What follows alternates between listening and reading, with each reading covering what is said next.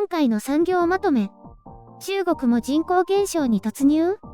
あまりの影響力に発表も及び腰。出産制限全面解除だけじゃ止まらない？今年中国では国勢調査結果が発表されることとなりますが、1949年以来初めての人口減少が報告されると予測されています。これは英国メディアフィナンシャルタイムズの2020年に人口減少が予想されるとした記事によるものですが、指摘を受けて50年ぶりの減少と表現を変えたようです。中国は1960年と1961年にも人口減少を経験しているため、1949年以来ではないということです。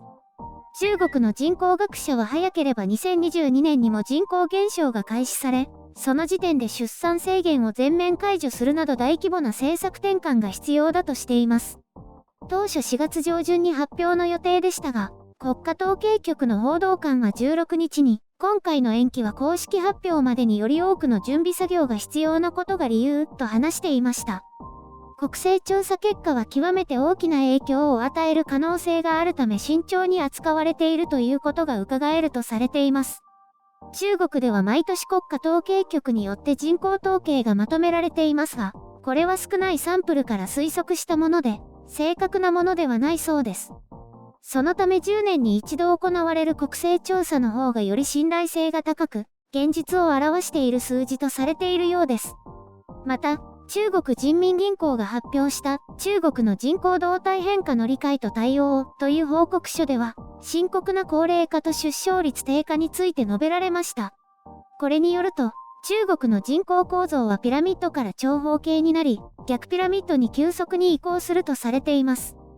こうした急速な変化を防ぐには出産の完全自由化だけではなく、包括的な出産奨励や支援策などが必要とされています。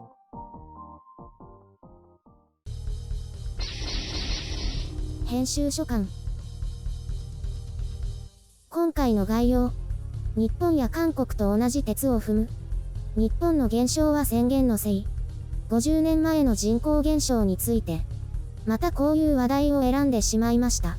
はあ、ちょっとチクリときますね。日本は人口減少が始まったのは2009年。韓国は2039年と予測されていたものが2029年に前倒しになり、コロナの影響もあって2020年には減少。そして中国は昨年からか今年からか来年からかと、いずれにせよ近いうちに人口減少が始まるということですね。中国は人口減少の先輩である日本の動向に注目していて、人口減少が始まれば中国経済の減速はより顕著になると恐怖を感じているようですね。人口減少が経済に与える影響は大きいとされていて、投資への萎縮により中国経済の活力が失われると危惧されているようです。中国はこれまで人口爆発やそれによる将来の食料不足を防ぐために一人っ子政策を行ってきました。経済が急成長する中で出生率と死亡率も軒並み減少し、過度な人口増加を抑えることに成功したと言えるのかもしれませんね。ただ政策の転換は難しく、中国の場合も一人っ子政策の解除は遅すぎたと言えるのかもしれません。生活様式も大幅に変わっていて、そもそも結婚や出産に対する人々の意識も変わっています。ただ、これはすでに日本や韓国でも起きていたことで、中国がこれを予測するのは容易だったはずですね。日本でも1974年に子供は2人までという事実上人口抑制方針が政府が講演した人口問題審議会によって宣言されたことが知られています。人口爆発、資源不足、食料不足は戦前から日本が抱えていた問題だったし、第二次ベビーブーム中のオイルショックを受けて反応的な宣言が採択されたのだと思います。日本の場合、結果は見ての通りです。まあ当時は完全に正しいと多くの人が思い込んだのでしょうね。特に天然資源の枯渇は叫ばれていたようですから。私が小学生か中学生の時にも、石油や天然ガスはあと何年で枯渇するなんて言われていましたしね。結局新たな油田の開発やシェールオイル革命などでその問題は立ち消えてしまいましたけど、そういった方針とは別に、乳児死亡率の低下や女性の社会進出、結婚の減少や出産の高齢化によっていずれにせよ出生率は低下したでしょう。急速に発展した韓国は今や日本を追い越す勢いで少子高齢化が進んでいますし、発展が遅れた中国もその後を猛烈に追いかけています。以前、中国の強制的な結婚事情についてお伝えしましたが、そういったものも少しずつ減少し、婚姻数減少や晩婚化は加速するでしょう。それを考えれば出産制限の完全解除は当然の選択肢だと思います。医療制度や設備が整って、高齢者も長生きできるようになっているにもかかわらずの人口減少ですから、よほど出生者数が減っているということです。何でも2016年には一旦上昇したようですが、その後は減少が続いているということです。根本的には出産制限の問題ではなくて、社会が変容し、結婚や出産を選択しない人も増えているからだと思います。また、他の先進国や中所得国家と同様に、出産や育児、教育にかかる費用が上昇し、生活にゆとりがないと子供を育てられなくなってきているのだと思います。特に中国は韓国と同様に受験で人生が決まるため、子供の教育にはとことんお金を投じます。それが2人や3人になると考えると負担は大きいです。今や結婚や出産の適齢期の人々は兄弟という概念が家庭内にはないので、そもそも子供が家に2人や3人いるということ自体が想像できないのかもしれません。人民銀行や専門家が指摘するように、思い切った支援制度を整える必要があるでしょうね。都市部だけでなく農村部にも。中国政府は相当な危機感を持っているようで、これに対してどう取り組むかが注目されます。だって経済への打撃が大きくなりかねないですから。そういえばフィナンシャルタイムズが1949年以来初めての減少としたのは中国への配慮だったと思うんです。違うかな。だって1960年と1961年の人口減少は大躍進政策の大失敗による大飢饉の餓死者による減少ですからね。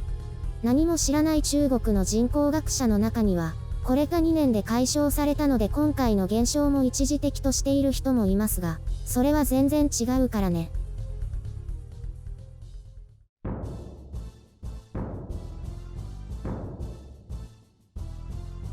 またこういう話題、何も話すことないよ。ねえ、私も嫌なんだけど、他の話題はピンとこなくて。ゆるりんは結婚したいの？わかんない。いい人がいればしたいと思うかもしれない。私はそのうち結婚すると思うよ。わかんないけど。今すぐはあんまり考えてないけど、私の会社の人は出会って3ヶ月目に入籍の日を決めてたから、何が起きるかわかんないよね。あ、例のあの子ね。うん。だから一緒にいて楽な人が見つかったらね。でもたまにいるよね。とにかく結婚がしたいって人。私の地元の友達はどうなんだろう。ほとんど結婚しちゃったけど、みんな幸せにしてるかな。白雪さんは生き遅れ？ほら、東京と田舎じゃ色々感覚が違うから。私は普通だよ。ゆるりんなんて完全に。遅れたって意識は全くないけどね。なんだろう、願望がないからなのかな。子供は欲しい。それも今のところ特にないんだよね。なんか姉の子供とか見てると、育てるのは大変だなって思う。一人じゃ絶対に無理だし。ゆるりん忙しすぎるもんね。夫の協力が必要不可欠だね。白雪さんはどうなの？子供。私もなんだろう。子供すごく欲しい。ってのは今はないかな。可愛い子供を見るとね、可愛いなって思うよ。でも、可愛いね。じゃあバイバイって感じ？私と一緒かな。でも白雪さんはまだ若いしね。私よりは。中国の女性もこんな感じなのかな？まだ結婚や出産の圧力は日本よりも強いみたいだけどね。でも考え方はどんどん変わってるらしいよ。中国は子育てどうしてるんだろうね。基本的には両家のジジババが取り合いをして、女性自身はすぐに職場復帰するらしいよ。へえ、じゃあみんなおじいちゃん子とかおばあちゃん子なんだ。らしいね。それも最近都会では変化していて、お金持ちは自分で育てたいんだって。なんで？お金持ちだから？もう育児の常識も違うかららしいよ。ああ、そういうのよく聞くね。変な迷信とか信じてって。迷信までひどくはないと思うけど、新常識だよ。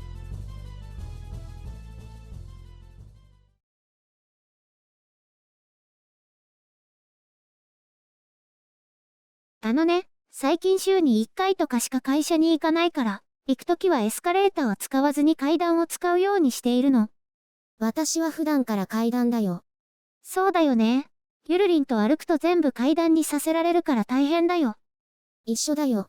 できれば運動しないとと思って。階段は結構ハードだよね。しかも今はマスクしてるから上に着いた時には酸欠気味になっちゃうね。普段からもうちょっと運動すれば、ほら、マンションのエレベーターとか。そうそう。それも最近はできるだけ階段使ってるよ。偉いね。それでね、この前駅の階段を登っている時にね、上から降りてきた60代くらいの女性が私の顔を見て、あら、可愛いわね、って声をかけてきたの。ああ、年配の方ね。私も年配の方には人気だよ。私は、ってびっくりしたよ。だって、子供でもないのに、可愛いわねって普通声かけないでしょ。可愛いねはあんまり言わないね。私は和装で歩いてた時に、素敵ねって知らない人から声かけられたことはあるけど。突然可愛いって言われてびっくりしたけどまあ悪い気もしないし、あはは、なんて愛想笑いしたよ。その日は何か可愛い服でも着てたの？聖子ちゃん風のフリフリの服とか？違うよ。出勤中だったから。それでね、まだ続きがあったの。目線を少し下に落として、そのマリメッコのカバンって。ああ、あの花柄のカバンね。ズコーって階段から落ちそうになったことは知られないように、ああ、これですねって手にしていた小さなマリメッコのお弁当袋を女性に見せたんだよ。なんだ、白雪さんじゃないんだ。そう。